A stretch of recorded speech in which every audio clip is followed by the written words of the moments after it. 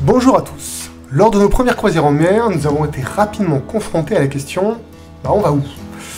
Comment faire pour trouver une destination où nous pourrons nous plaire, que ce soit les enfants, les parents bien évidemment aussi. Et ça nous est arrivé de nous retrouver à chercher le meilleur endroit, alors même que parfois nous n'avons même plus de connexion internet correcte. Donc depuis, nous nous préparons. Dans cette vidéo, je vais essayer de te partager comment nous faisons pour choisir nos destinations et nos escales en fonction de quand on souhaite y aller et des conditions météo prévues.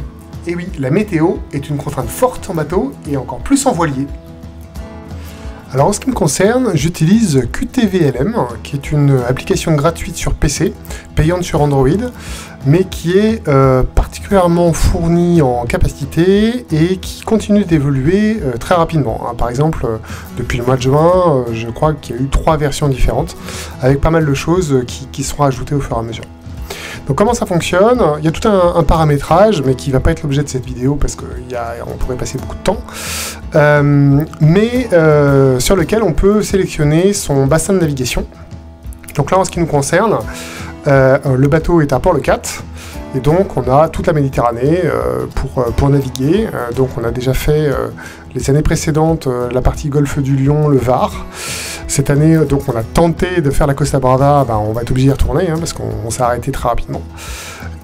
Mais sinon, on a encore les Baléares qu'on pourra faire, on aura la Corse, on a la Sardaigne, donc on a encore quelques années de navigation dans le coin pour se faire plaisir. Après avoir choisi sa zone de navigation, le second conseil est de lister ce qu'on souhaite faire lors de la croisière au-delà des navigations en tant que telles. Nos critères, donc au-delà de faire simplement de la voile, sont de faire des randos, de prendre le temps de profiter de la plage et de se baigner. C'est un point très important, en particulier pour les enfants, parce qu'ils ont besoin de se défouler en dehors du bateau. Et puis enfin, d'aller sur des spots de plongée ou de snorkeling. Et on peut commencer la 3e étape. Il faut simplement se documenter sur tout ce qu'il y a à faire. Donc on va prendre l'exemple de la Costa Brava qu'on a ici. Et on a collecté donc toutes les informations sur les randos, sur les bons spots de plongée, sur les bons mouillages, en utilisant Internet, mais aussi des guides touristiques et les guides de navigation. Ces informations, je les ai ajoutées dans le logiciel de navigation sous forme de points d'intérêt, qui sont tous référencés ici. Et donc, en zoomant dessus, on a les informations qui nous intéresse avec énormément de possibilités, bien plus que ce qu'on ne fera, mais qui nous permet d'avoir des éléments très précis. Par exemple, ici, on a le port de Rosès, et j'ai noté que c'était un point qui était idéal pour le ravitaillement.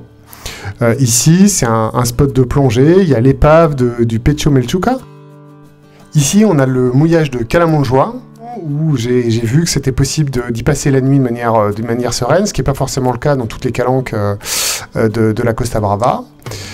Ici, on a Cadaqués, avec pareil une possibilité d'avoir un ravitaillement avec un spar. Et puis, j'ai mis également des informations touristiques. Donc, par exemple, à Cadaqués, on peut visiter la vieille ville ou le musée Salvador Dali.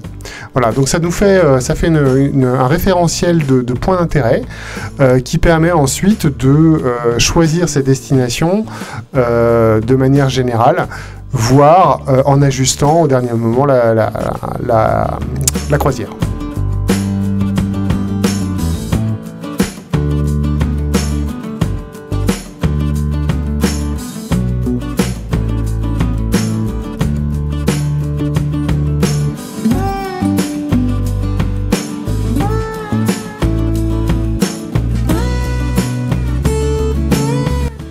Grâce à tous les points qui sont enregistrés, on a donc une trame générale de la croisière qu'on souhaite faire, avec un port de départ, une zone de destination, donc ici on va prendre Barcelone comme cible, et puis toute une capacité d'escale en plein milieu du trajet. Donc maintenant, quand il s'agit d'y aller, il faut prendre en considération la météorologie.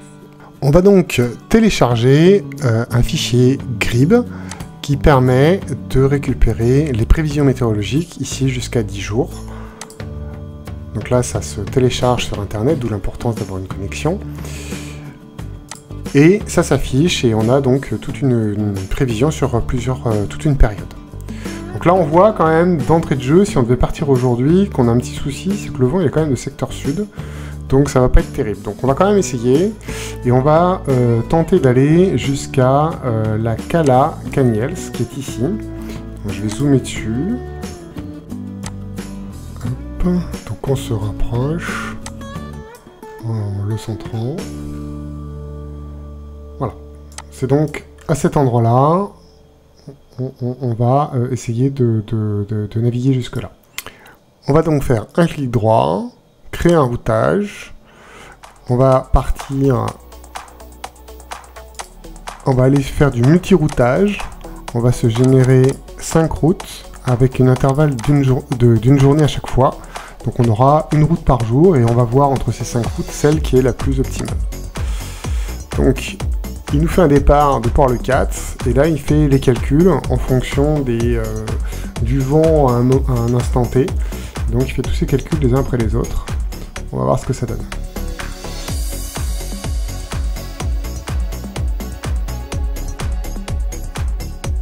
Donc là, il a fait le 3e routage, on attaque le 4e.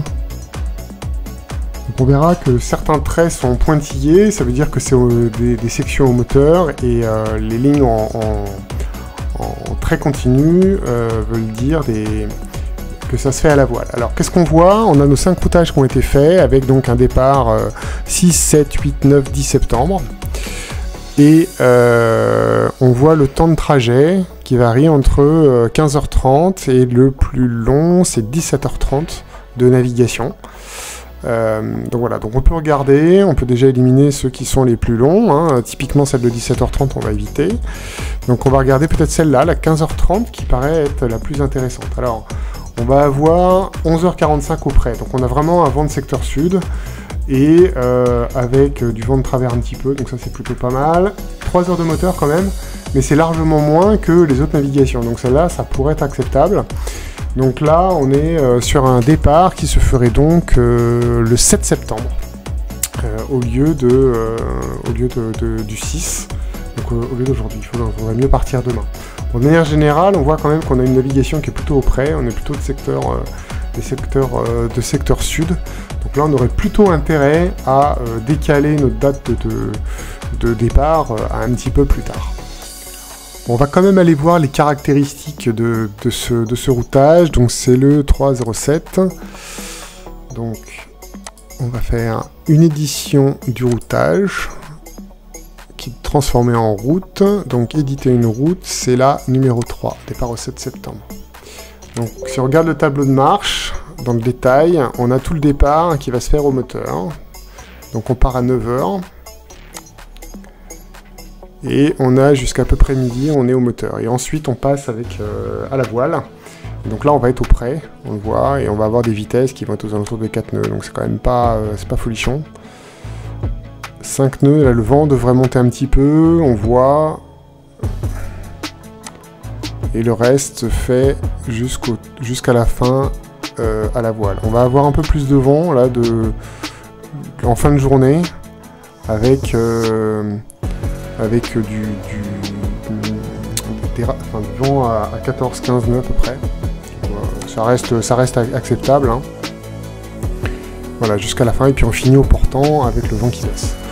Mais on arrive en pleine nuit, donc c'est pareil, faire un mouillage en pleine nuit, ça se discute. Donc voilà, donc en fonction de ces différents critères, c'est là où on va choisir ce qu'on veut faire, décaler ses horaires de départ et d'arrivée pour arriver au moment qui nous intéresse et en fonction des conditions du vent. Voilà, donc c'est quelque chose qu'on peut prévoir un petit peu, mais la météo étant ce qu'elle est, la fiabilité au-delà de 3 jours, ça reste quand même un petit peu de la science-fiction quand même. Voilà. Une fois qu'on a choisi sa route, la dernière étape, c'est de se préparer des plans de secours, si jamais il y a le moindre souci, pour pouvoir revenir rapidement. Alors ici, c'est assez simple, hein, puisqu'il y a tout plein de points qui ont déjà été identifiés. Donc, on voit sur le démarrage, on pourrait faire un petit se dérouter sur Argelès-sur-Mer, si jamais on avait un problème à cet endroit-là. Un peu plus loin, on a Banyuls également, on a ensuite différents ports. Il y a un port à cet endroit-là aussi pour pouvoir se protéger.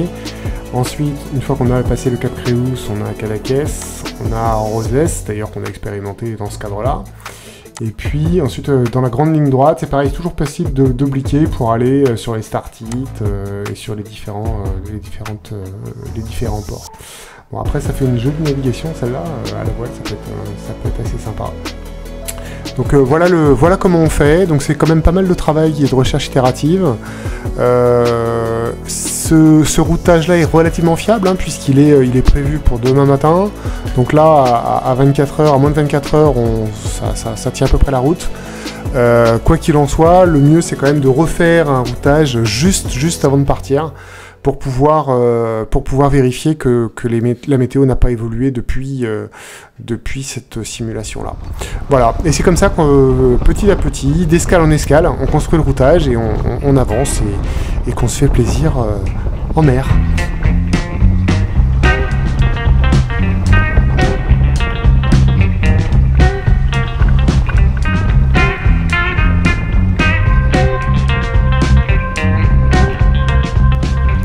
Merci à vous d'avoir regardé cette vidéo et n'oubliez pas de vous abonner et un petit j'aime, ça fait toujours plaisir. Merci à tous.